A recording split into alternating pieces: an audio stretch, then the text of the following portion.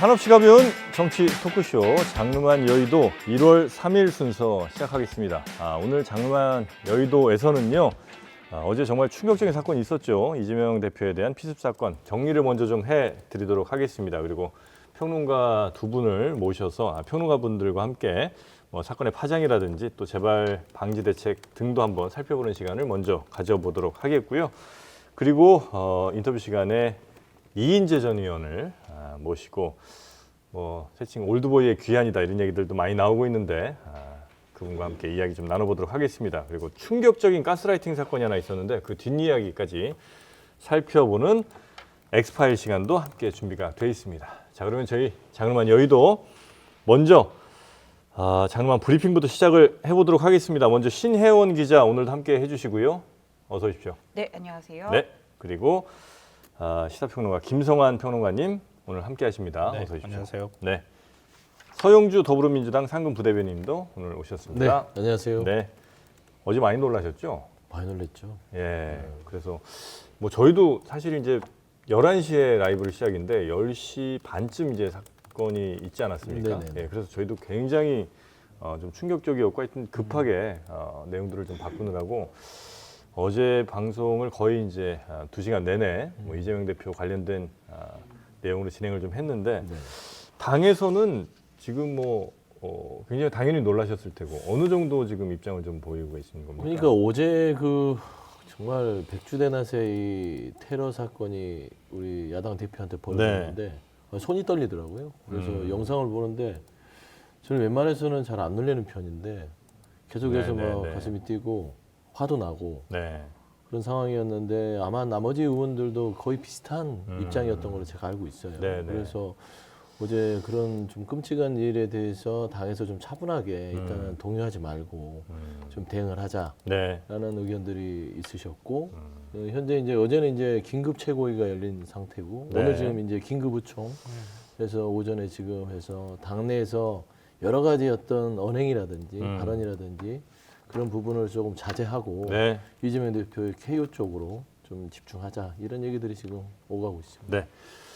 자, 그럼 어제 사건에 대해서 물론 많은 분들이 이제 뉴스를 실시간으로 많이 접하셨을 텐데 좀 완벽하게 좀 정리를 해드리도록 하겠습니다. 신혜영 기자께서 준비를 좀 해주셨죠? 네, 일단 이재명 대표 어제 부산 방문 도중에 피습을 받았고요. 지금 아마 가장 궁금해하실 부분이 이재명 대표의 현 상태일 네. 것 같아요.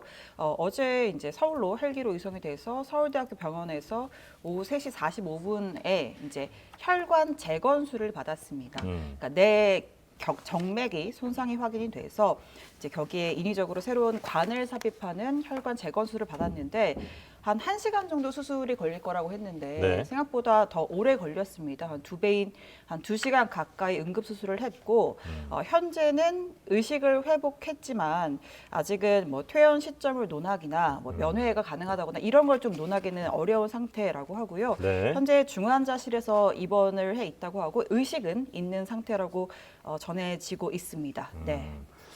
그 뇌경정맥이란 좀 의료 용어니까 좀 어려우실 수는 있는데 하여튼 목에 흐르고 있는 동맥도 있고 정맥도 있는데 예, 동맥 같은 경우는 굉장히 위험한 만약에 다치게 되면 굉장히 위험한 상황으로 갈 수 있는 거고 불행 중 그나마 좀 다행이라고 할까요? 하여튼 정맥 쪽에 이제 부상을 좀 입었다고 볼 수가 있는 것이죠. 예. 네. 그래서 이제 그 정맥 치료를 했고 재건 치료를 이제 한 것이고요. 그렇습니다. 그 어제 그 현장에서 이제 최초로 이재명 대표에게 지혈을 한 분이 있어요. 네. 이제 이재명 대표 지지자 모임에서 활동을 하시는 오재일 씨라는 분인데 이분이 이제 최초 지혈을 할 때 이재명 대표가 조금 더 세게 이제 출혈 부위를 눌러달라 이런 말을 했다고 하는데 네. 이런 상황으로 봐서는 아마 필습 직후에 좀 의식이 있었던 것으로 추정이 되고 네. 어쨌든 이제 결과적으로 2시간 가까이 수술을 해서 네. 지금 의식은 있지만 중환자실에 입원해 있는 상태다 이렇게 정리할 수 있겠습니다. 네. 근데 범인이라고 이제 해도 될 것 같긴 한데 피의자 이 사람이 어떤 사람인지에 대한 궁금증들이 이제 굉장히 많으신 것 같습니다. 아직까지 그렇습니다. 전체가 다 나온 것 같지는 않은데 현재까지 밝혀진 내용들은 어떤 상황입니까? 일단은 충남 아산에서 부동산 중개업소를 운영하는 공인중개사 60대 남성 김모 씨로 알려졌고요. 지금 뭐 가장 저희가 의문점을 갖고 있는 뭐 네. 살해의 의도라든지 뭐 동기라든지 혹은 뭐 이분의 뭐 당적 뭐 이런 것들은 좀 확인이 더 필요한 상황인데요. 뭐 왜 그랬는지는 알 수 없지만 살해할 의도가 있었다. 이재명 대표를 죽이려 했다라는 경찰 진술이 있던 본인이 것으로, 그런 진술을 했다는 것이죠? 예, 살해의 네. 의도가 있었다 이런 진술을 한 것으로 알려졌고요. 음. 지금 당적 같은 경우에는 확인이 필요합니다. 경찰발로 확인된 것은 없고 뭐 다들 아시겠지만 이 당적 확인의 경우에는 개인정보 굉장히 민감한 개인정보이기 때문에 당에서도 좀 확인을 하기가 좀 어려운 측면이 있어요. 이제 다만 이제 이 김모 씨의 주변 지인들의 증언에 따르면 네. 김 씨가 민주당 당원인 것은 뭐 알고 있었지만 정치 이야기를 나누진 않았다. 네, 네. 뭐 이런 주변인의 증언이 있고 또 다른 주장도 있는데요. 그러니까 이 사람이 과거에 이제 국민의힘 당적을 가지고 있었는데 최근에 민주당에 가입을 했고 일종의 위장 가입을 했다라는 주장도 네, 있는 네, 상황입니다. 네, 네. 지금 당적 관련해서는 굉장히 좀 미칠 여파도 커 보이기 때문에 좀 확실한 확인이 필요해 네. 보입니다. 그리고 이 피해자 같은 경우에 이번이 처음 이재명 대표에게 접근한 게 아니고 이전에도 몇 번의 시도가 있었다 이런 보도도 좀 있었던 것 같습니다. 맞습니다. 이 지난해 그러니까 12월 13일 부산 역시 부산에서 그러니까 전세 사기 피해자 간담회가 있었거든요. 네. 저희가 지금 뭐 영상도 나가고 있는데 그 당시에도 이제 피습 때와 마찬가지로 내가 이재명이라고 적힌 이제 파란색 왕관 모형을 쓰고 이재명 대표에게 접근을 했고요. 지금 뭐 영상에서 보면 카메라 뒤편에 있지만 네. 당시에 이제 이재명 대표가 타는 차량 가까이까지 또 근접을 했었습니다. 그래서 좀 접촉을 시도했지만 이제 당시에는 당 관계자의 제지로 인해서 뭐 실제로 이렇게 가까운 네, 네, 접촉은 네, 네. 이루어지지 못했고 또 다른 주장은 그 지난 1일 봉하마을 이재명 대표가 방문을 했을 때 네. 그때도 이 남성이 현장에 출몰을 했었다. 그러니까 좀 계획적으로 이재명 대표에게 지속적인 접근을 시도한 네, 걸로 네. 볼 수 있는 네. 그런 정황들이 확인이 되고 있습니다. 혹시 그 사용된 흉기 같은 거는 언제 샀고 언제 뭐 지니고 있었는지 등도 조사가 좀 됐습니까? 흉기의 경우에는 뭐 지난해 구입을 했다 이렇게 알려주고 있고 네. 뭐 구입 시기가 굉장히 좀 그래도 좀 기간이 있기 때문에 네. 이제 계획 범죄를 의심할 수밖에 없는 상황이고 네. 뭐 이 당사자가 뭐 어떤 정신질환을 앓고 있느냐 이런 뭐 추측들도 있었잖아요. 네, 뭐 네. 그거는 지금 뭐 단언할 수는 없겠지만 뭐 범죄 심리 전문가인 이수정 교수 같은 경우에는 네. 정신질환이 있다면 그렇게 이재명 대표의 일정을 하나하나 추적을 해가면서 동선을 파악하고 쫓아다니고 할 때 어떤 굉장히 좀 지능이 필요하고 한 일이잖아요. 그렇기 때문에 정신질환으로 추측하기는 어렵고 어떤 네. 편집적인 사고가 좀 굉장히 발현된 인물로 보인다 이런 해석을 내놓기도 네, 했습니다. 그러니까 지능의 문제라기보다는 뭐 정신적인 또 다른 뭐 여러 스펙트럼의 문제가 있을 수는 있으나 예. 뭐 지능이 부족하거나 이런 상황은 이제 아닌 것 같다는 예, 아마 예, 진단인 예. 것 같습니다. 자, 일단 뭐 각 당의 반응 같은 것들을 잠시 후에 좀 살펴보기로 하고요. 김성한 평론가께서도 이제 시사 프로도 또 진행하고 계신데 이 사건 때문에 어제 굉장한 충격을 아마 받으셨을 것 같고 정치권에서도 굉장한 지금 파장이 좀 일지 않겠습니까? 이거 뭐 남의 일이라고 볼 수가 없는 거잖아요. 네. 언제 내가 그런 일을 당할 거다. 정치인들 사이에서는. 네, 정치인들은 네. 뭐 그런 긴장감을 가질 것 같고요. 특히 이제 민주당 지지자들 입장에서는 굉장히 놀랐을 것 같고, 뭐 이건 뭐 누구의 일이다 이렇게 규정하기는 어려울 것 같고요. 네. 대한민국에 사실은 이런 얘기를 할 때 흔히들 이제 모범 답안처럼 정치 혐오, 진영 간 정치, 대립 뭐 이런 게 원인이다 이렇게 얘기는 할 수 있는데 네. 그건 뭐 구체적인 어떤 조사 내용이 나와봐야 음. 뭐가 원인이다 그렇겠죠. 이렇게 우리가 얘기를 네. 할 수는 있을 것 같은데요. 네. 한국 정치가 굉장히 불안정해지고 있는 건 맞는 것 같습니다. 근데 불안정해지는 원인은 뭐 굉장히 다양할 것 같은데요. 네. 뭐 경제적 불안에 관한 문제부터 시작해서 사회 소통에 관한 문제, 그리고 정치 진영 간의 문제, 여러 가지 것들이 있을 수 있는데 그런 것들이 복합적으로 뭔가 작용해서 이런 극단화되는 어떤 의사 표출이나 행동이 나오는 거 아닌가 이렇게 생각해서 좀 걱정이 됩니다. 네.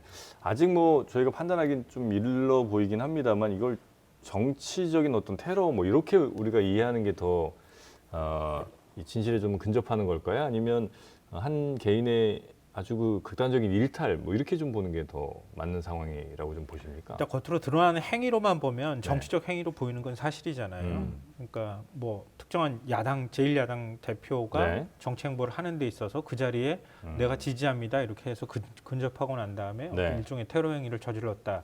그거는 외형상으로는 정치적인 어떤 네, 테러다 네, 네, 이렇게 얘기될 수밖에 없을 것 같은데요. 근데 그 사람을 들여다보게 되면 그 사람은 왜 그런 동기를 갖게 됐느냐 네, 네. 이런 건 다양한 배경이 있을 수 있을 것 같아요.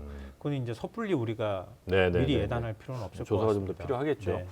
이 사건을 네. 기점으로 당에서도 굉장히 좀 변화가 있을 것 같습니다.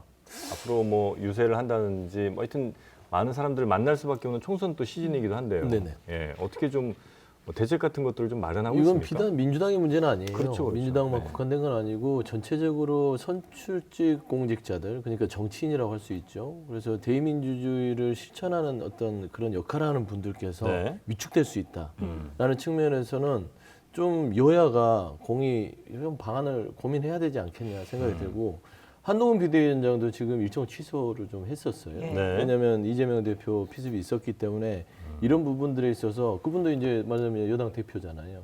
그런 식으로 지금 이 정치인들의 활동에 있어서의 어떤 위축을 가져왔다라는 네. 측면은 좀 이거는 좀 경각심도 가져야 될 뿐만 아니라 좀 어떤 여러 가지 동선에 있어서 제약을 받는 네. 좀 불가피할 것 같아요.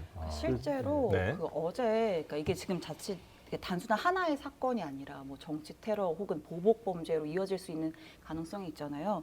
그러니까 어제 그 이제 SNS 오픈 채팅방에 한동훈 장관이 광주에 방문하면 한동훈 위원장에 대해서 예, 한동훈 위원장이 뭐 광주에 모레 방문 예정인데 네.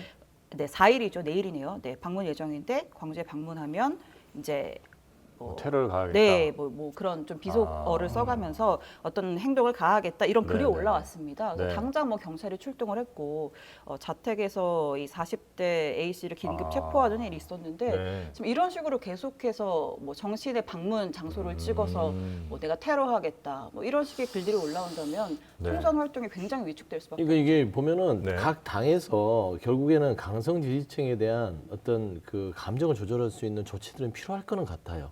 뭐 오랫동안 얘기를 했었지만 결국에는 지금 말하는 아까 이제 우리 김선 평론가께서도 얘기하셨지만 혐오 정치 뭐 이런 게 뭐 대립의 정치 이런 것들이 이거를 초래했다고 하지만 결국은 이 혐오와 어떤 대립의 정치를 만든 것들은 그런 강성 지지층들이 좀 촉발한 이유가 커요. 그렇지 않습니까? 네네. 본인하고 다르면은 좌표 찍어서 막 공격하고 진영이 다르면은 적으로 규정하고 네. 그거를 이제 정치인들이 했다기보다는 정쟁은 존재하지만 그 정쟁을 좀 뒷받침하는 강성 지지층들이 양당 똑같습니다. 네, 네, 네. 그런 부분에 있어서 각 당이 좀 어떻게 하면은 이거를 자제시키는 방법들 이건 하나의 숙제가 되지 않을까 네. 저는 그런 저는 생각을 이번 일 보면서 2년 전에 아베 전 총리가 사지총기로 뭐 피습당해가지고 사망하는 일이 있었잖아요. 네. 일본에서만 벌어지는 일은 아니다. 우리 국내에서도 얼마든지 벌어질 수 있는 일이잖아요. 뭐 과거에 이제 사지총기에 따른 범죄가 네, 일어난 네, 적도 네. 있기도 했고요. 그러니까 정치권이 이번에 한번 좀 스스로 숙고하는 기회가 됐으면 좋겠다 이렇게 생각하는데요. 네. 뭐 정치권 늘 뭐 정쟁을 벌이거나 서로 상대편을 향해서 공격을 하거나 이런 일들을 물론 이제 말로 하는 것이지만 그런 행위들을 끊임없이 해왔잖아요. 근데 그것 자체가 곧 문제다 이렇게 얘기하기는 어려울 것 같고요. 또 강성 지지층 말씀하셨지만 강성 지지층도 언제나 존재한 거는 맞는단 말이에요. 네. 그럼 왜 그러면 이런 일이 발생했는가 이렇게 보면 그러니까 우리가 흔히 민주주의를 깨지기 쉬운 그릇이라고 표현하는 것처럼 그러니까 하나의 어떤 진리의 정치에 하나의 진리가 존재하는 것처럼 정치인들이 만들면 안 된다. 저는 네. 그 얘기는 꼭 하고 싶어요. 그러니까 최근의 사례로 보면 윤석열 대통령이 신년사에서 이념을 앞세우면서 패거리 정치 마치 척결 대상인 것처럼 얘기한단 네. 말이에요. 임기 초반부터 계속 공산 전체주의부터 시작해서 이념을 얘기하며 일종의 이제 상대 배척하거나 선악 구분을 자꾸 하기 시작했다는 거예요. 한동훈 장관은 뭐 운동권 뭐 세력 척결을 얘기할 수 있다 쳐요. 그건 여당 대표니까 정당 대표니까요. 근데 대통령의 경우에는 과거에도 그랬지만 끊임없이 통합의 메시지를 내려고 노력했다는 거예요. 구체적인 행위는 거기에 동의하지 않은 분들이 많겠지만 근데 그렇게 하고 나면 우리 사회의 진리라는 건 하나밖에 없는 것처럼 자꾸 느껴지게 되잖아요. 네. 저도 불안정한 존재이지만 사람은 원래 불안정하잖아요. 네네네. 모든 의견이 다양하게 충돌하기도 하고 그게 또 싸우기도 하고 가는 과정에서 사회적 자제력과 절제력이 발휘돼야 그게 사회 안에서 일정하게 소화가 되는 과정이 필요한데 네. 최고 지도자인 대통령이 그런 얘기를 해버리면 그 극단의 정치로 자꾸 몰고 가는 듯하게 바뀐다는 거죠. 저는 그 부분은 꼭 지적되어야 한다. 윤석열 대통령이 이번 일을 계기를 통해서 자꾸 상대방을 배척하거나 마치 우리 사회에 없어져야 일소의 대상인 것처럼 하지 말고 네. 같이 토론의 대상, 소통의 대상, 함께 해야 될 대상이라고 인정해주는 모습들을 좀 보여줬으면 좋겠다 이런 뭐 생각을 이번 합니다. 사건은 아니더라도 대통령이 어떤 뭐 상대 당에 대한 혹은 뭐 정치적인 파트너에 대한 이런 지나치게 좀 과한 표현이라든지 이런 것들이 있었단 말씀이신 거죠? 지금 말씀은? 계속 끊임없이 사실 그렇게 네. 해왔잖아요. 그러니까 네. 이념을 앞세우거나 마치 우리 사회에 반국가 세력이 존재하는 것처럼 해버리면 그거는 인정할 수가 없는 거잖아요. 사회에서 배척되거나 제거돼야 될 대상이 되는 거잖아요. 네. 그런 방식으로 가게 되면 자연스럽게 혐오의 정치가 확산되고 네. 혐오를 하다 보면 상대편에 대한 증오를 표출하게 되잖아요. 그런 문제에 있어서는 뭐 정치권에서는 당연히 자제되어야 하겠지만 네. 그런 얘기가 일정하게 나온다 하더라도 대통령은 최소한 좀 소통하고 화합하는 모습, 통합의 메시지를 자꾸 내줄 필요가 있다. 양당이 조금 더 싸우더라도 대통령은 조금 더 품는 모습을 보여줘야 된다는 말씀이신 그렇죠. 거군요. 대통령은 네. 다른 위치에 있는 존재잖아요. 네네네. 아까 네. 예, 우리 부대변인께서는 좀 극단적인 팬덤 정치라고 할까요? 이런 걸 팬덤 조장하는. 정치죠. 아까 이제 신흥 기자도 얘기했잖아요. 네네네네. 부산에서 이런 일이 있으니까 한동훈 비대위원장이 광주로 오면 이렇게 보복을 하겠다라는 이런 말하자면 지지층 중에서도 조금 강성일 수도 있는 거잖아요. 이런 네. 표출 방식이 이런 것들이 반복이 되면 주거니 받거니 되는 것입니다. 더 에스컬레이팅 저는 되는 이제 거고요. 예. 이제 거시적인 측면에서는 김성환 평론가님 얘기가 100번 맞는 얘기고요. 네네. 그거는 이제 윤석열 대통령이 결국에는 정치를 시종하게 만들었던 부분들, 중심을 잡지 못했던 부분들은 또 주연 요인이 되겠지만 네. 기본적으로 우리가 그 많은 요인 중에 지금 현재 부딪히는 것들은 어제 깜짝 놀란 게 이재명 대표께서 피습당하고 나서 댓글들을요 잘 됐다고 하는 댓글들도 있어요. 저도 너무 깜짝 아니 놀랐어요. 그러니까 이게 이제 어떤 건강한 사회인가. 네. 결국에 그런 댓글을 다는 사람이 누구겠습니까? 결국에는 당 내에서도 이재명 대표를 미워하거나 아니면 뭐 우리 당 외에서도 어떤 미워하는 사람들이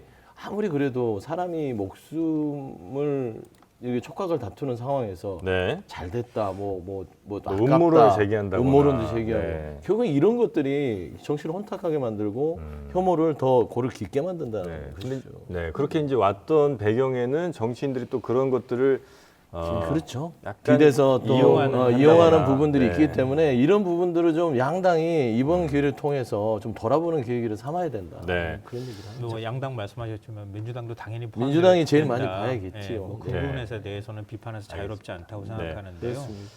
그리고 잠깐 뭐 속보를 아마 좀 예. 전해드릴 수 있을 것 같은데 신혜영 기자가 네. 뭐 당적 관련된 얘기가 나왔습니까? 이 체포된 김모 씨의 당적 관련해서 뭐 여러 가지 이야기가 있었는데 지금 민주당에서 자체 조사를 좀 벌인 모양입니다. 네. 자체 조사 결과 이 가해자 김모 씨가 국민의힘과 민주당의 당적을 모두 보유했던 것으로 이제 확인이 됐다고 합니다. 시기가 언제인지는 시점으로 보면 네, 국민의힘 당적을 탈퇴한 후에 네. 지난해 그러니까 2023년에 민주당에 가입한 것으로 지금 확인이 됐다고 하는데요. 예, 민주당 관계자에 따르면 김 씨가 오랫동안 국민의힘 당적을 보유하다가 네. 지난해 민주당에 가입한 것으로 확인이 됐다라면서 이재명 대표에 대한 범행을 계획하고 위장당원으로 가입한 것이 아닌지 의심된다 이렇게 코멘트를 이건 했습니다. 이제 민주당에서 이건 확인을 예, 해준 거죠? 민주당에서 네. 자체 조사를 벌인 결과 네. 두 당적을 보유했는데 시점이 국민의힘 당적 보유를 했고 탈퇴 후에 지난해 민주당 가입했다라는 것인데 네. 지금 관련해서 이제 국민의힘에서는 네. 아직까지 이제 김 씨 관련 당적 확인 절차는 벌이지 않고 있다고 해요.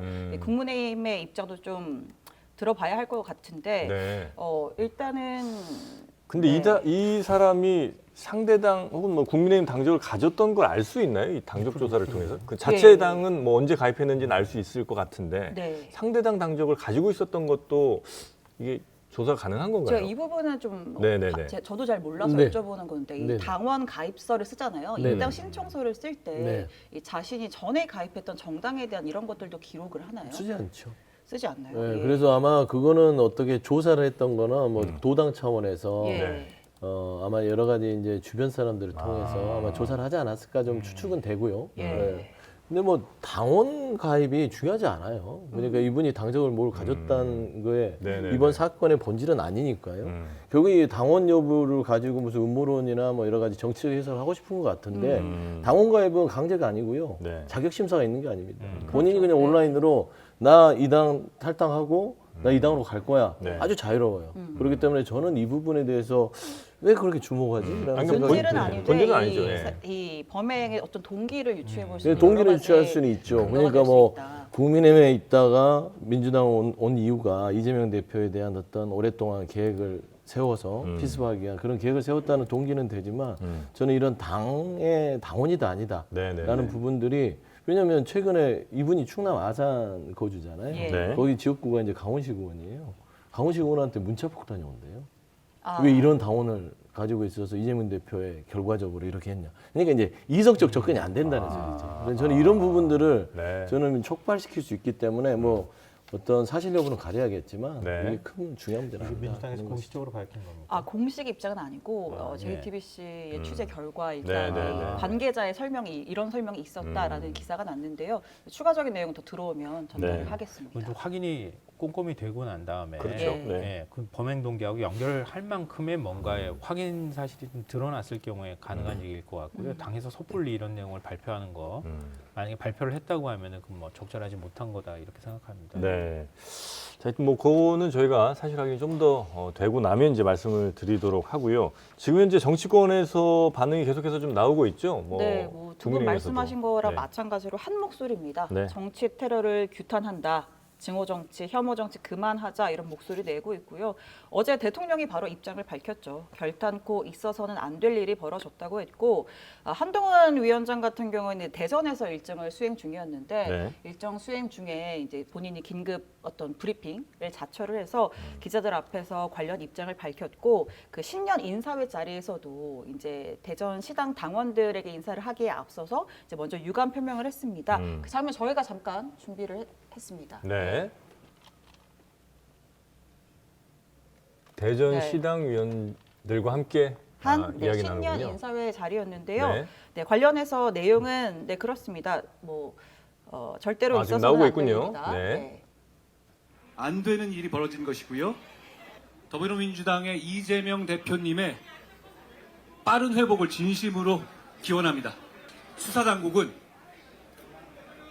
총력을 다해서 엄정하게 수사해서 사안의 전모를 밝히고 책임 있는 사람에게 엄중한 책임을 물어야 한다고 생각합니다. 저희 네, 뭐 엄정한 수사, 사건의 전모를 밝혀야 한다. 굉장히 강하게 얘기를 했고, 뭐 관련 인물들, 뭐 이낙연 전 대표라든지 이준석 전 대표라든지 홍준표 대구시장 모두 이제 폭력은 민주주의의 적이다. 이런 극단적인 행동을 용납해서는 안 된다.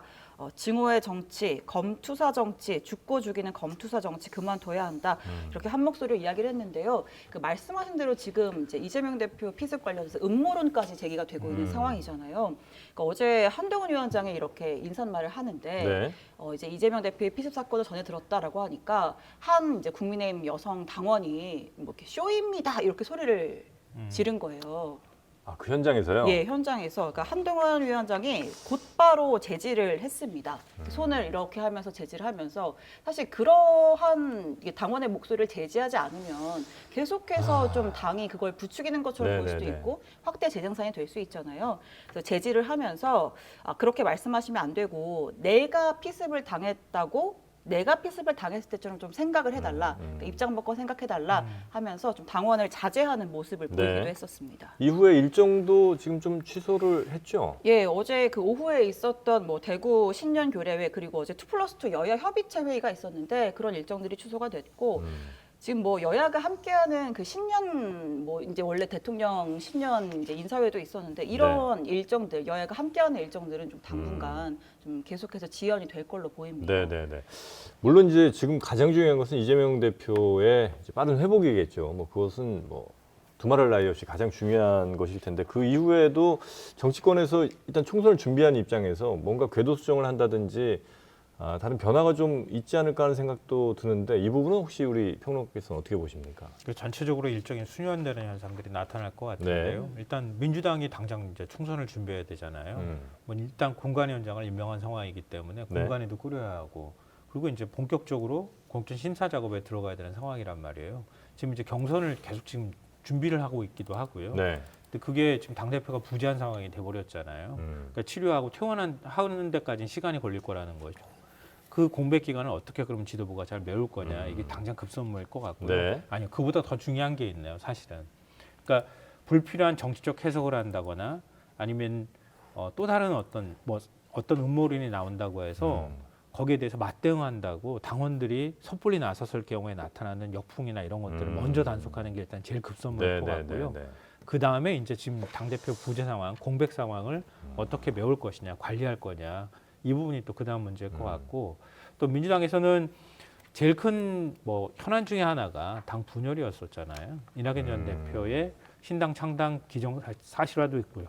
그다음에 비명계 의원들이 과연 뭐 얼마나 합류할 거냐 이 부분도 있는데 그것도 사실은 지금 가셔야된 움직임이 나타나기가 좀 쉽지 않은 상황이 됐기 때문에 당을 어떻게 수습하고 잘 관리하느냐가 일단 제일 중요할 것 같고요. 네. 국민의힘도 사실은 마찬가지일 겁니다. 국민의힘도 이게 좀 다 같은 일이 되어버렸잖아요. 네. 뭐 이건 야당만의 일이다라고 얘기하기가 그렇죠. 어려운 상황이기 때문에 한동훈 비대위원장이 지금부터 막 속도를 붙여가지고 일종의 바람을 만들려고 했을 텐데 네. 그래서 전국 순회를 지금 다 예상하고 있었던 거잖아요. 예정하고 있었던 건데 그것도 굉장히 절제되는 움직임으로 네. 하지 않을까 이렇게 생각합니다.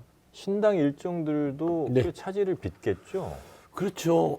이제 결국에는 뭐 이낙연 전 대표가 얘기하는 네. 신당 부분들은 이미 발차를 했기 때문에 네. 좀 여러 가지로 명분이라든지 여러 가지 정치 상황이 좀 동력이 떨어진 거는 분명할 것 같아요. 뭐 굳이 지금 이재명 대표 피습하고 이렇게 연관돼서 설명하는 게 조금 좀 불편하긴 한데. 네, 네. 그리고 또 원칙과 상식 이분들도 원래는 오늘 최후 통첩을 하기로 했는데 대답을 기다리는 대표께서 지금 병원에서 지금 치유를 하고 있으니. 네, 네. 그러니까 회복 상태에서 모든 게 이제 말끔하게 하고 퇴원을 해야 원칙과 상식이 던지는 질문에 답을 해야 될 분이 지금 치료 중이잖아요. 그렇기 때문에 원칙과 상식도 뭉꼈죠. 그래서 저는 당분간은 어떤 당내에서 주장을 했던 부분들에 있어서 저는 뭐 강제적 보류가 네, 네, 네. 되지 않을까. 그래서 결과적으로는 강성 지지층이 더 결집하는 그런 그러니까 이제 강성 지지층 결집 문제를 어떻게 당이 그거를 정말 연착륙을 시키냐예요. 지금 보면은 조금 이 흥분돼 있는 상태거든요. 아까도 말씀했지만 가장 우려스러운 게 이게 모방, 그다음에 대응 테러 이런 것들이 생겨날 수 있다는 것입니다. 네, 네. 그래서 저는 아까도 얘기했지만 제가 이성적으로 설명을 하더라도 또 강성 지지층은 저를 되게 안 좋은 눈으로 봐요. 뭐 예를 들면 좀 평이한 얘기를 하고 음모론에 대해서 하는 것은 제어를 해야 되고 팬덤 정치를 좀 절제해야 된다 그러면 저를 바로 수박이라 해요. 전 당직자거든요. 근데 왜 제가 수박이 되겠습니까? 근데 그 정도로 지금 텐션이 올라가 있다라는 차원에서는 저는 제일 큰 숙제는 이 당내에서 강성 지지층이 결집되면서 이게 좀 안 좋은 방향으로 외화될까 좀 그런 걱정이 되고. 네. 그러니까 원칙과 상식 의원들께서는 일단은 어제 입장을 이재명 대표에 대해서 쾌유를 빈다라고 얘기를 했고 일단은 모든 어떤 발언들 당에 대한 또 이재명 지도부에 대한 부분들을 다 내려놨어요. 네, 근데 네. 저는 제가 봐서는 현재는 이재명 대표가 길면 한 2주 이상 되지 않을까. 왜냐하면 박근혜 전 대통령이 면도칼 테러 당했을 때 9일 예. 그때는 선거였기 때문에 예. 빨리 나왔거든요. 근데 지금은 그때는 또 선거를 조금 더 앞두고 있는 상황이었죠. 그렇죠. 선거 그렇죠. 중이었으니까. 선거 중이에요. 네, 네, 네. 근데 이제 지금은 아무래도 부위도 그렇고 여기 면도칼도 그랬지만 이 목 부위는 상당히 위험한 부위이기 네, 네, 때문에 네, 네. 좀 장기간 치료가 되지 않을까라고 봤을 때는 최소 2주 이상은 여러 가지 아마 변화가 있을 것이다. 될 그러니까 것이다. 지금 그러면 최소 2주라고 하면 이게 뭐 당대표 거리도 아니고 그러니까 뭐 그런 위급 상황은 아니기 때문에 뭐 비대위로 간다 이런 주장은 안 나올 것 같고. 그건 말이 안 되는 예. 게 당연히 시스템으로 돌아가요. 예. 그러니까 예를 들어서 당 대표가 아파요. 네. 예를 들면 코로나로 격리가 돼요. 그러면 비대위를 차려야 됩니까? 네. 그건 아니잖아요. 그러니까 이재명 대표는 지금 이제 쾌유를 위해서 뭐 수술을 하고 회복 하고 있는 상태고 네. 그래서 원내대표가 있는 것이고 지도부에서 수석 최고부터 시작해서 쭉 이렇게 있는 거예요. 그래서 네. 시스템으로 돌아가기 때문에 당무가 공백이 된다.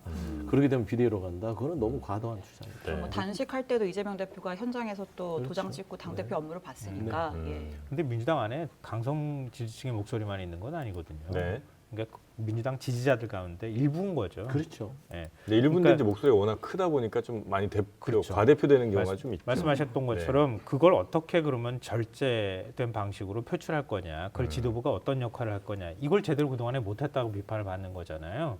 그러니까 지금 이재명 대표가 아니더라도 최고위부터 시작해서 당 지도부가 그런 역할을 일정하게 해줘야 된다. 이런 게 하나가 있고요. 그다음에 이런 일을 겪게 되면 그러니까 일정 민주당 지지층이 아닌 그리고 또 뭐 중도나 아니면 보수층 네. 이런 층에 관한 문제가 아니라 민주당 지지자들은 확 결집할 거예요. 음. 뭐 너무 당연한 현상이잖아요. 그러니까 지지층의 강성 지지층의 문제가 아니라 민주당 지지층은 이 위기를 잘 넘겨야 된다는 생각을 먼저 하기 때문에 네. 그러니까 민주당 안에서 분열의 목소리가 나오기는 당분간 쉽지 않아졌다. 이건 네. 뭐 부인하기 어려운 사실이고요. 네. 다만 이번 일을 가지고 정치적 해석을 자꾸 덧붙이게 되면 그러면 중도층이나 아니면 보수층은 뭐 어떻게 반응할 거냐, 특히 중도층이 어떻게 반응할 거냐를 가지고 자꾸 선거의 유불리를 따지게 된다는 거예요. 네. 근데 그것조차도 사실은 민주당은 절제해야 한다. 왜냐하면 중도층이 반응하는 것들을 자꾸 쳐다보게 될 경우에는 네. 전혀 다른 반응이 나올 수도 있거든요. 그러니까 박근혜 전 대통령이 피습당했을 때는 진짜 선거운동 기간 중이었어요. 선거 판세를 완전히 그 사건 하나로 뒤집을 수 있는 상황이었단 말이에요. 근데 지금은 그 상황까지도 아니란 말이에요. 이럴 경우에 중도층이 그 민주당이 예상하는 방향하고 다른 방식으로 반응을 보일 수 있기 때문에 네.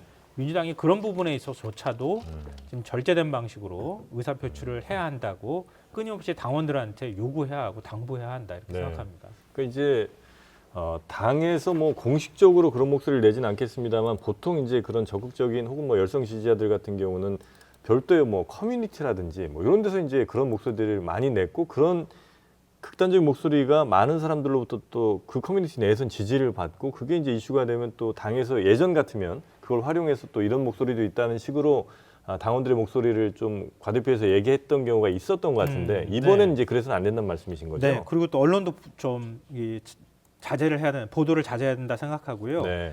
그러니까 당원이라고 하는 구성 자체에는 그러니까 당원들의 모임이라고 하는 뭐 예를 들면 민주당 커뮤니티도 역시 마찬가지인데요. 강성 지지층과 그렇지 않은 지지층 굉장히 다양한 스펙트럼을 가지고 있는 당원들이 있단 말이에요. 그러니까 이럴 때는 강성 지지층의 목소리만 들리는 게 아니라 그렇지 않은 당원들이 강성 지지층한테 끊임없이 요구해야 해요. 절제되고 당신들이 네. 그렇게 나가면 당이 망가진다고 얘기해야 하고 네. 그걸 또 당 지도부는 그 얘기들을 같이 힘을 실어주는 작업들을 해야 된다. 그러니까 그걸 그동안에 민주당이 잘 못해왔던 거거든요. 네, 네, 네. 침묵하는 다수하고 아주 목소리를 내는 소수만 존재했단 말이에요. 그러니까 그런 현상들을 이번에 좀 선거를 앞두고 깨는 역할들을 네. 해줘야 한다 이렇게 생각합니다. 네. 자, 그리고 역시 뭐 지금 이야기 나누긴 조금 뭐 불편하실 수도 있겠습니다만 이재명 대표 재판이 계속 진행 중이었잖아요. 그것도 당연히 밀리게 되는 거겠죠? 그렇습니다. 지금 이제 연말 연초여가지고 이제 재판이 좀 휴정기 있었는데 다음 주부터는 원래 재개가 될 예정이었거든요. 네. 지금 뭐 위증교사 재판, 대장동 재판 관련해서 뭐 당장 다음 주 뭐 월요일, 화요일, 금요일, 그러니까 일주일에 3번이나 법원에 출석을 해야 하는 혹은 뭐 대리인이 출석을 해야 하는 상황이었는데 이런 재판 같은 것도 당연히 미뤄지게 될 것이고 이렇게 재판 일정이 공판 일정이 연기가 되면 자연스럽게 선거 일정도 미뤄질 수밖에 없잖아요. 선고 일정. 그렇죠. 네. 그러니까 원래 이제 4월 총선 전에 1심 선고가 그 위증교사 재판 같은 경우에 좀 나올 것으로 전망이 됐어요. 그래서 선거에 좀 영향을 미칠 수 있을 것이다 이런 전망들이 있었는데 그리고 이제 굉장히 위증교사 건 같은 경우에는 또 쟁점이 간단해서 네. 좀 어떻게 보면 총선에서 좀 불리한 결과가 나올 수 있지 않을까 이런 관측이 있었지만 네. 이것 재판조차도 지금 총선 이후 시점으로 좀 선고 시점이 미뤄지면 소위 말하는 이재명 대표의 사법 리스크라고 하는 부분도 좀 변수가 될 수 있을 걸로 보입니다. 네. 근데 저는 이제 이게 제가 불편하다고 아까 말씀하셔서 네네. 하는 게 이런 추측들을 왜 하지요라는 생각이 들어요. 그러니까 이면 뭐 재판을 지연한다거나 변호사를 교체한다거나 뭐 그렇다면 이런 얘기를 하는 것은 합당하게 좀 비판할 수 있다. 지연이 아니라 이제 어떻게 보면 불가피하게 예. 지연이 되는데 굳이 이거를 당연한 거 아닌가요? 예를 들면 네네네네. 지나가다가 벼락을 맞은 건데 솔직히 어떤 사람이 어떤 정치인이 어떤 사람이 자기 목숨을 걸고 재판 이게 뭐라고 지원하려고 아니, 그러겠어요. 그러니까 뭐 그런 의도로 아니 근데 뭐, 네. 뭔 말이냐면 네. 이런 거예요. 그러니까 이 지금 현재 장관에 대해서 얘기하는 게 아니라 네. 그렇게 보는 사람들 얘기하는 거예요. 뭐 국민의힘에서도 그렇고 네, 네. 또 비판하기 위해서 아니, 하긴 말도 안 하는데 되는 거죠. 그러니까 이제 네. 저는 위증교사가 왜 4월에 꼭 나와서 영향을 미쳐야 될까요? 저는 그런 생각도 해요. 그러니까 이 본인이 기소돼서 재판을 받아서 유무죄가 가려지는 건 정치인 이재명은 4월 이후에도 존재하잖아요. 네. 그러면 그 책임은 4월 후에도 지는 거예요. 예. 그 뭐 총선에 유증교사가 나와서 이게 유죄다, 무죄다. 무죄가 되면은 선거에 도움이 되는 거고 유죄가 되면 안 된다. 라는 것을 우리가 평론이나 추측을 할 수 있지만 네. 현재 이 사건과 그 다음에 위증교사가 굉장히 불리할 수도 있기 때문에 유죄가 나올 가능성이 있기 때문에 4월에 나와야 된다. 라는 것들은 4월에 나와야 된다 이런 말씀을 드린 건 아니 신 기자님한테 얘기를 한 게 아니라 예. 그렇게 한다는 분들을 내가 너무 많이 봤거든. 아. 제가 왜냐면 이제 국민의힘 쪽 패널들은 4월에 네. 나와야 되고 이거를 안 나오게 하기 위해서 여기저기 피한다라는 네, 패널들하고 네, 너무 네. 많은 얘기를 해서 네. 제가 좀 질리도록 들어서 이 얘기를 하는 건데 예, 일단 이 피습 사건과 이 재판과 불가피하긴 하지만 조금 뭐 이게 분석하는 부분들은 조금은 좀 엇박자다. 네, 네. 아니 뭐 당연히 그 말씀 뭐 충분히 이해가 되고요. 그리고 뭐 저희도 뭐 말씀하셨다시피 그런 의도로 여쭤본 건 전혀 그렇죠. 아니고 다만 이제 많은 분들이 이제 예측하기로 4월 총선 전에 아마 1심 판결 결과가 나올 것 같으니 그게 총선에 영향을 얼마나 주겠느냐에 대해서 이제 이런저런 전망들이 있었으니까 근데 아마 이 피습 사건으로 인해서 그 1심 선고가 총선 전에 나오긴 힘들 것 같다는 정도의 일정 예측 정도로 이제 이해해 주시면 감사하겠습니다. 그 민주당에서 의총이 아마 끝난 것 같습니다. 그래서 이제 입장문이 지금 나온 것 같은데 뭐 큰 내용은 뭐 예측 가능했었던 것 같은데 생각의 차이 또 폭력으로 무너뜨려서 이재명 생각의 차이 같은 것들을 이제 폭력으로 좀 무너뜨렸다. 그래서 이재명 테러를 좀 규탄한다. 이런 정도의 입장문이 현재 지금 나와 있는 것 같습니다. 혹시 네. 자세한 내용이 혹시 보도가 또 됐나요? 지금 말씀하신 대로 그 네. 네 가지 조항으로 해서 입장문을 그러니까 전 국회의원 일동해서 명예로 입장문을 냈는데요. 네. 뭐 빠른 쾌유와 회복을 기원한다. 수사기관의 엄정한 수사를 요구한다. 또 민생도 계속해서 민주당이 챙겨 나가겠다. 당원들과 함께 힘을 모아 나가겠다. 이런 원론적인 입장을 냈습니다. 네. 자, 우리 김성 평론가께서 어떤 말씀 주시려다가 잠깐 생각의 놓치신 것 차이라는 같은데. 게 네. 굉장히 중요한 뭐 단어 같아 보여서 표현으로 보여가지고 말씀을 좀 드리고 싶은데요. 아까 뭐 민주주의 굉장히 깨지기 쉬운 그릇이다 이렇게 제가 비유를 했던 것처럼 네. 원래 생각의 차이가 경합하는 게 민주주의인 거잖아요. 네, 네, 네. 누구를 배척의 대상으로 만드는 게 아니라 우리는 자꾸 그런 방식으로 그 정치를 해왔고 네. 그렇게 해서 승자 독식하고 선거에서 이기는 것만이 지고지순한 어떤 그 목표인 것처럼 얘기를 해왔다는 거예요. 정치권에서 정말 이건 반성해야 된다고 저는 생각합니다. 이번에 뭐 공천하는 과정도 여러 가지 이제 시끄러운 일들도 많이 있을 텐데요. 네. 그러니까 이번 사건이 충격적이라고 받아들이면 한동훈 비대위원장이나 뭐 민주당 당원들 아니면 이재명 대표 역시 마찬가지겠지만 극단화되는 이제 의사표출이 있고 상대를 적으로 규정하는 정치를 자꾸 좀 앞으로는 안 하겠다고 선언했으면 좋겠다. 네. 그렇게 해야 그런 생각의 차이가 경합하고 또 그 안에서 동의하지 못할 때에도 수용하는 그리고 또 자제하고 인내할 수 있을 때 민주주의가 성숙해가는 건데 그게 어느 순간부터 우리 사회 완전 깨져버렸잖아요. 네. 그런 것들을 좀 분위기를 바꿀 수 있는 그런 네. 계기가 됐으면 좋겠다고 네. 생각합니다. 저는 그런 의미에서 그 내일 한동훈 위원장이 광주에 가잖아요. 그래서 뭐 아까 그런 테러 협박글도 있고 그래서 혹시 일정의 변동이 있을까 했는데 조금 전에 이제 국민의힘에서 정식으로 공지를 했어요. 내일 한동훈 위원장 광주 가고 이제 충북도당에서 인사회도 한다. 이제 기자들 갈 사람들 이제 신청해라 이런 식으로 공지 문자가 왔는데 내일 이제 5.18 민주묘지를 참배하고 이제 광주시당 당원들을 만나면서 내놓는 메시지가 이제 기존에 어떻게 보면 이제 반 이재명으로 이제 좀 정리가 됐던 그런 메시지를 좀 넘어서 뭐 어떤 통합의 메시지를 낼 수 있을 것인지 네. 사실 그렇게 되면 또 한동훈 위원장 입장에서는 본인이 가지고 왔던 어떤 선명성을 좀 잃어버리는 게 거기도 한데 그럼에도 불구하고 이번 사태를 변곡점으로 해서 좀 새로운 방식의 메시지를 낼 수 있을지 그런 것도 좀 저희가 주목해 보면 좋을 것 네네네. 같습니다. 근데 그러길 기대합니다. 음. 기대하고요. 저는 한동훈 비대위원장이 윤석열 대통령이 그동안에 해왔던 정치의 모습과 좀 다른 정치를 하길 기대했거든요. 많은 아마 지지자들부터 시작해서 많은 국민들이 그런 생각들을 했을 거예요. 네네네. 근데 한치도 예측에서 벗어나지 않았어요. 그러니까 결국 첫 메시지가 악법이다. 그리고 그 다음 메시지는 운동권 세력 척결해야 한다. 특검에 관해서 뭐 네, 악법이다 말씀하시는 거죠? 이른바 김건희 네. 특검법에 대해서 말씀드린 건데요. 그러니까 그런 메시지를 그대로 낸 건 그건 윤 대통령의 의사와 거의 일치하는 거였단 말이에요. 근데 그거하고 다른 정치를 원하잖아요. 그러니까 한동훈 비대위원장이 이번 일을 계기로 광주에 가서 통합의 메시지를 내고, 그러니까 이 어떤 지금 민주당에서도 밝혔던 것처럼 생각의 차이를 존중하는 그런 메시지를 좀 냈으면 좋겠다. 네. 그 전환점으로 좀 삼으면 참 좋겠다 이렇게 생각합니다. 네. 민주당도 역시 또 마찬가지일 네. 거라고 생각하고요. 그렇겠죠. 근데 이제 뭐 말씀한 대로 그런 통합의 메시지라든지 또 상대에 대해서 뭐 이렇게 생각의 차이를 극복하자는 메시지 좋아요. 그거는 한동훈 개인의 평가죠. 근데 정치인 한동훈은 지금 뭘 해도 별 볼 일이 없어요. 왜 그러냐면 아까 말씀한 대로 김건희 특검법과 반국가 세력, 386 정치권을 척결한다. 이 두 가지를 넘지 못하면 네. 아무리 어떤 좋은 말, 뭐 말하자면 동료 시민 아무리 써봤자 한동훈의 정치 언어는 한계가 있다.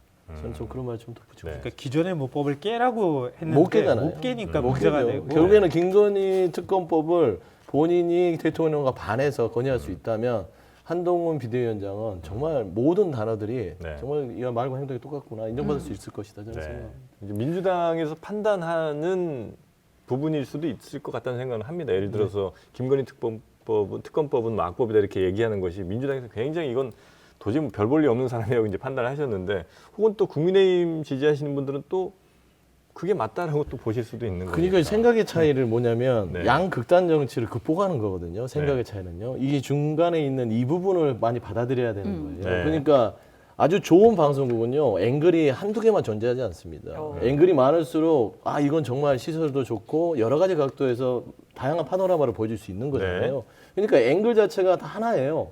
지금 우리 이 현 정치가. 그러면 이 한동훈 비대위원장 뭘 보여줘야 되냐? 좀 스펙트럼이 넓은 이런 앵글을 가진 그런 정치를 보여줘야 되는데 그걸 보여주지 못하고 있어요. 근데 결국에는 못 보여준 이유는 지금 국민들의 70% 이상이 특검법 거부하면 안 된다고 얘기를 하잖아요. 본인이 말하는 국민의 생각을 나침반으로 삼는다면 그 앵글을 들이대서 지금 윤석열 대통령의 원앵글인 이런 국정 운영에 대해서 얘기를 네. 해줘야죠.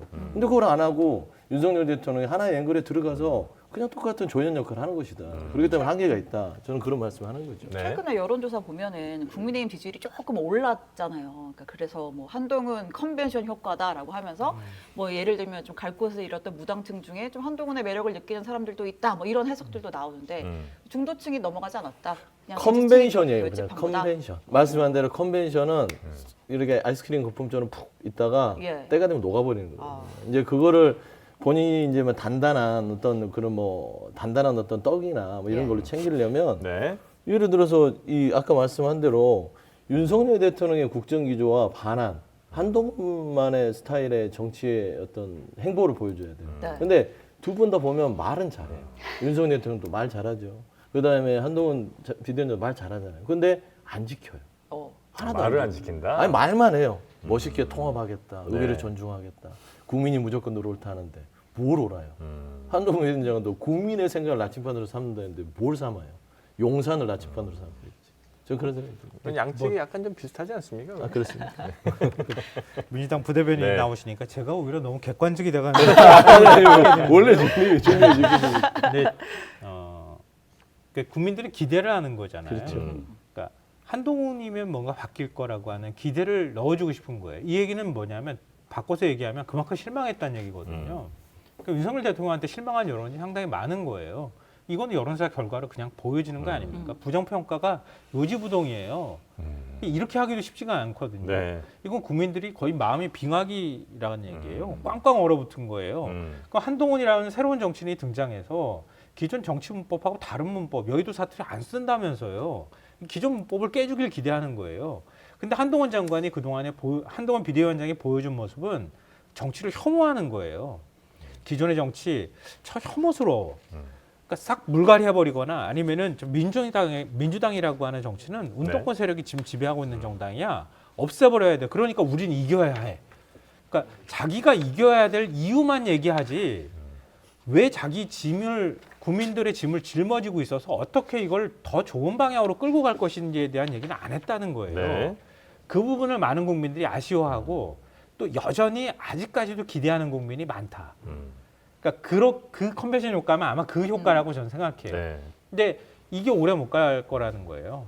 그러니까 이번에 광주 갔을 때 그런 모습의 아주 기본적인 모습이라도 좀 보길 네. 기대하는 국민들의 성원에 답해주길 기대한다. 네. 이런 생각이 뭐 듭니다. 정치 지도자들의 그런 모습을 이제 기대는 하는데 아까 이제 민주주의가 굉장히 깨지기 쉬운 그릇이라는 말씀을 주셨잖아요. 극단의 목소리를 좀 배제하고 가운데 목소리에 좀 더 힘을 실어주는 게 필요하다는 생각이 어렴풋이 저도 하는데 극단의 목소리를 어느 선에서부터를 극단이라고 해야 되는지 이건 혹시 답이 좀 있습니까? 아니면 그냥 보기에 좀 많이 갔다 싶은 극단입니까? 근데 이거는 그 답이 굉장히 많이 있는 거라고 저는 생각하는데요. 네. 극단은 판단하기 어렵죠. 누가 극단입니까? 내가 그러니까. 서 있는 위치가 네. 어느 곳이냐에 따라서 극단은 달라지는 거니까요. 네네네. 그러면 그 중간에서 어느 지점에 둬야 해? 예. 이렇게 묻는 거는 그냥 정치적 그 어떤 레토릭이라고 저는 생각해요. 그러니까 더 중요한 건 뭐냐면 네. 한국 사회가 굉장히 불안정해졌다는 거예요. 이거 우리나라뿐만 아니라 글로벌이 다 전 세계가 불안정해진 거예요. 2008년 금융위기 이후에 자산의 양극화가 굉장히 심해졌습니다. 지금 소득 자산의 양극화가 계속 심해지는 상황에서 물가는 계속 올라가잖아요. 국민들의 삶이 힘들어지는 거예요. 그러면 과거에도 어느 시대도 마찬가지지만 이러면 극단의 목소리가 커지는 거예요. 네. 그러니까 증오를 자꾸 누군가를 투사를 하는 거예요. 그러니까 나에 대한 내 삶의 불만족을 상대편의 이유로 만들어 버린다는 네. 거죠. 그 정치권이 편승하면 극단화된 어떤 의사표출 방식이 생겨나는 거고요. 그리고 사람들의 소통 방식이 달라졌잖아요. SNS를 통해서 아주 소수의 목소리가 다수처럼 지금 들리잖아요. 민주당의 강성 목소리도 역시 마찬가지라고 네, 생각하거든요. 그런 것들을 어떻게 정치권이 절제된 방식으로 사회에 투영하느냐 이런 문제도 있고요. 선거제도 사실 문제예요. 그러니까 그 선거제도를 우리는 소선거구제 중심의 승자 독식이었기 때문에 그걸 네. 깨자. 그래서 연동형 비례대표제 도입했잖아요. 근데 제도 자체는 미완성의 제도가 돼버린 거예요. 왜냐하면 비례의석을 안 늘리고 연동형을 도입하고 나니까 그러니까 나눠줄 의석도 없는데 연동형이라고 모양만 그럴듯하게 지금 만들어놨단 말이에요. 근데 연동형 비례대표제가 중요한 게 내가 던진 표가 지금 나를 대표하지 못하잖아요. 근데 대통령 선거도 마찬가지지만 안 뽑은 국민이 뽑은 국민보다 더 많아요. 네. 그러면 내가 뽑지도 않은 대통령 내가 싫어하고 내가 동의하지 않는 방향으로만 갈 수밖에 없잖아요. 네. 국회의원도 마찬가지입니다. 국회의원 내가 지역구에서 선택하지도 않은 국회의원이 나가가지고 대표하고 있잖아요. 그러니까 그런 국민이 그런 유권자들이 절반 가까이 돼요. 이 제도를 좀 바꾸는 방법. 답이 너무 좀 커질 수 있는 질문을 제가 드리고 예. 있는데 뭐 하여튼 죄송합니다. 얘기를 하자면 이렇게 네, 그래서 네, 제가 네, 여러 가지 알겠습니다. 답이 네. 있다고 생각하는데요. 네. 그러니까 그런 구조적인 문제를 동시에 같이 고민하면서 네. 우리 자제합시다, 알겠습니다. 화합합시다 이렇게 해야 말이 되는 거지. 말로만 우리 좀 친하게 지냅시다. 그러면 이거 며칠 갈까요? 네. 며칠 못 갈 거라고 프로그램 생각합니다. 슬로건을 바꿔야겠습니다. 저희가 한없이 가벼운 정치 토크쇼를 지향해 왔는데 그래요? 죄송합니다. 제가 뭐 오늘 주제 자체가 진지하게 분위기를 됐고 너무 제가 네. 무겁게 만든 거 아닙니다. 아닙니다. 자, 그리고 이재명 대표 관련된 이야기는 뭐 요 정도로 저희가 좀 정리를 하고 사실 중요한 뉴스들도 그 외에 굉장히 좀 많았었는데 한두 네. 개 정도만 짧게 좀 제가 요약을 좀 두 분이 해주실까요? 또 이제 조금 더 활기차게 토론하실 수 있는 주제를 하나 더 갖고 왔는데 제목은 이렇게 잡았습니다. 네. 천아인 크로스. 음. 벌써 짐작들이 다 되시죠? 천하용인에서 네, 이제 천하용인에서 이제 용은 빠지고 빠졌고 네. 이제 천과 인은 확답을 줬는데 네. 확답을 아직 주지 않고 있던 우리 허은아. 허은아 유일한 현역 의원님께서 네. 오늘 이제 국민의힘 탈당을 선언을 하고 이준석 신당에 합류하겠다 공식화를 했는데요. 이제 오늘 기자회견 10시에 했거든요. 네. 보면서 좀 재밌었던 게 네. 이준석 대표가 뒤에 서 있더라고요. 허은아 의원 네. 뒤에. 왜냐하면 네. 그 천하람 위원장 할 때도 옆에 안 와줬거든요. 현역 의원이. 창당 위원장 맡겼는데 현역 의원이잖아. 현역 의원이잖아. 네. 배지를 던지고 가는 우리 허은아 아. 의원을 다독이기 위해서 네. 아마 오늘 기자회견장에 동행을 한 게 아닌가 싶고요. 네. 그러니까 허은아 의원 일성은 뭐 심플합니다. 그러니까 국민의힘이 문제를 회피하고 있다. 용산의 어떤 불통기조, 느닷없는 이념 집착, 검사 일색의 인사, 대통령 가족의 처신까지 네. 이러한 모든 문제를 회피하고 있다라면서 한동훈 위원장도 또 저격을 했어요. 네. 새로운 비대위원장이 와서 윤색을 한다고 인테리어 바꾼다고 본질이 바뀌느냐. 네. 두 분이 굉장히 또 여러 가지 하신 아니, 말씀이 멘트는 세게 나왔는데 네. 사실 보도도 그렇게 많이 안 된 것 같고 예. 사람들로부터 관심을 그렇게 많이 받진 원래는 이제 많이 받을 만한 예. 이슈였는데 어제 이제 이재명 대표 피습 그렇습니다. 사건 이후로 그렇게 관심을 많이 받지 못한 것 같습니다. 짧게 한 마디씩만 듣고 마무리하겠습니다. 네, 먼저 네. 얘기하십시오. 아니 뭐 이준석 전 대표의 신당 그다음에 허은하 의원의 뭐 탈당하면서 이제 합류잖아요. 큰 결정했죠. 예. 뭐 이제 물론 천하람 위원장도 당협위원장 내려는 것도 쉽지 않았을 거예요. 순천에서 고생 많이 했고. 그다음에 그 누구죠? 이기인 네. 예, 네. 도의원도 그렇고요. 근데 내가 봐서는 허인하 의원 같은 경우는 깔끔하게 나오는 것 같아요. 출당 요구를 하지 않고 본인이 탈당함으로써 의원직을 던졌기 때문에 네. 이준석 전 대표에게는 큰 힘이 됐었을 것이다. 라는 측면에서 아마 뒤에 서서 좀 그 정도는 해줘야 되지 않았을까. 더 저는 이상. 싶어요. 근데 이 의원도 누가 봤나요? 네? 누가 받는 거죠? 아 그러면? 봤습니다. 그렇죠. 네. 그래서 비례대표 아직 다음 승계 기간 선거에. 남아있기 예, 때문에 있고. 근데 제가 봐서는 이 허은하 의원의 탈당의 변을 국민의힘이랑 한동훈 비대위원장 잘 새겨 들어야 돼요. 뭐 민주당도 그런 얘기를 하는 당내 네. 쓴소리하는 사람들에 대한 얘기를 들어야 되듯이 예를 들면 지금 한동훈 비대위원장 위치가 딱 그겁니다.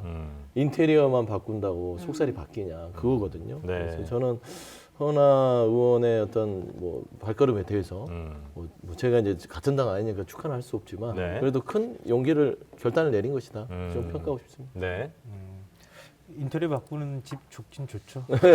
잘 바꾸면 괜찮은 집이 있어요. 그렇죠. 그러니까 집들 이사하기 전에 인테리어부터 요즘 바꾼다고 네, 하니까 네, 네. 그럼 새로운 집에 사는 느낌 들 것 같은데, 네 이준석 전 대표는 저는 그렇게 표현하곤 하는데요. 그 이란선 쌍둥이 같은 존재예요. 이란성이요? 네. 그러니까 누구? 국민의힘 안에서 보자면 네. 보수에, 네. 그러니까 국민의힘하고 너무 멀어지면 존재감이 없는 거예요. 같이 늘 함께 움직여야 돼요. 아. 그러니까 국민의힘이 보수화됐을 때 이준석의 목소리가 커지는 거거든요. 근데 이준석의 목소리에 자꾸 우리가 주목하는 이유는 국민의힘이 지금 제 목소리를 못 내기 때문에 네. 그래서 아마 더 도드라져 보일 거예요. 네. 그러니까 이준석 전 대표의 요구를 한동훈 비대위원장이 얼마나 수용하느냐. 물론 윤석열 대통령은 제가 볼 땐 변할 가능성이 거의 없어 보이는데요. 한동훈 비대위원장이 윤석열 대통령을 얼마나 가릴 수 있느냐. 국민의힘 의원들 제발 그거 가렸으면 좋겠다고 얘기를 할 거예요. 네. 근데 그런 것처럼 한동훈의 변화에 따라서 이준석의 존재감은 달라질 거다. 그럼 이준석 대표는 한동훈 위원장이 안 변하길 원하겠네요. 신당 이미 차렸으니까. 내 그러니까 당 잘 되려면. 근데 이준석 전 대표는 한동훈 비대위원장이 자기 경쟁자라고 생각 안 할 거예요. 윤석열 대통령을 경쟁자라고 보는 거죠. 그냥 한 몸으로 보는 거예요. 네. 말씀한 그러니까 이준석 전 대표는 네. 끊임없이 윤 대통령을 겨냥할 거고요. 그게 이번에 비록 신당에 어떤 존재감이 이번 선거를 통해서 명확하게 확인되지 않더라도 네. 나중에 대선까지 가는 걸 생각한다면 더더욱 이준석 전 대표는 윤석열 대통령을 겨냥한 메시지를 끊임없이 낼 거라고 봅니다. 맞습니다. 이준석 전 대표가 신당에 살려면 네. 지금 윤석열 대통령을 끄집어내야 돼요. 왜냐면 윤석열 대통령 순결하거든요. 지금 작전은 윤석열을 순결하. 총선에서 진다. 그래서 한동훈 끄집어낸 거예요. 네. 그래서 이재명, 한동훈 구도를 짠 건데 이준석 전 대표는 영리하잖아요. 그래서 끊임없이 윤석열 대통령을 끄집어낼 거예요. 그래야 신당의 붐이 일어날 수 있다. 윤석열 대통령과 대비되는 이준석으로. 지금은 국민의힘과 저쪽에서는 윤석열을 순결화해요. 알겠습니다. 자, 오늘 장로만 브리핑 어제 큰 사건 또 정치권에서 있었던 일들 또 앞으로의 파장 등등 한번 저희가 짚어봤고요. 오늘 신영 기자 너무 네. 고생 많으셨고, 아닙니다. 네, 그리고 우리 김성환 평론가 또 서영주 부대변인님도 고생 많으셨습니다. 또 뵙겠습니다. 고맙습니다. 네, 감사합니다.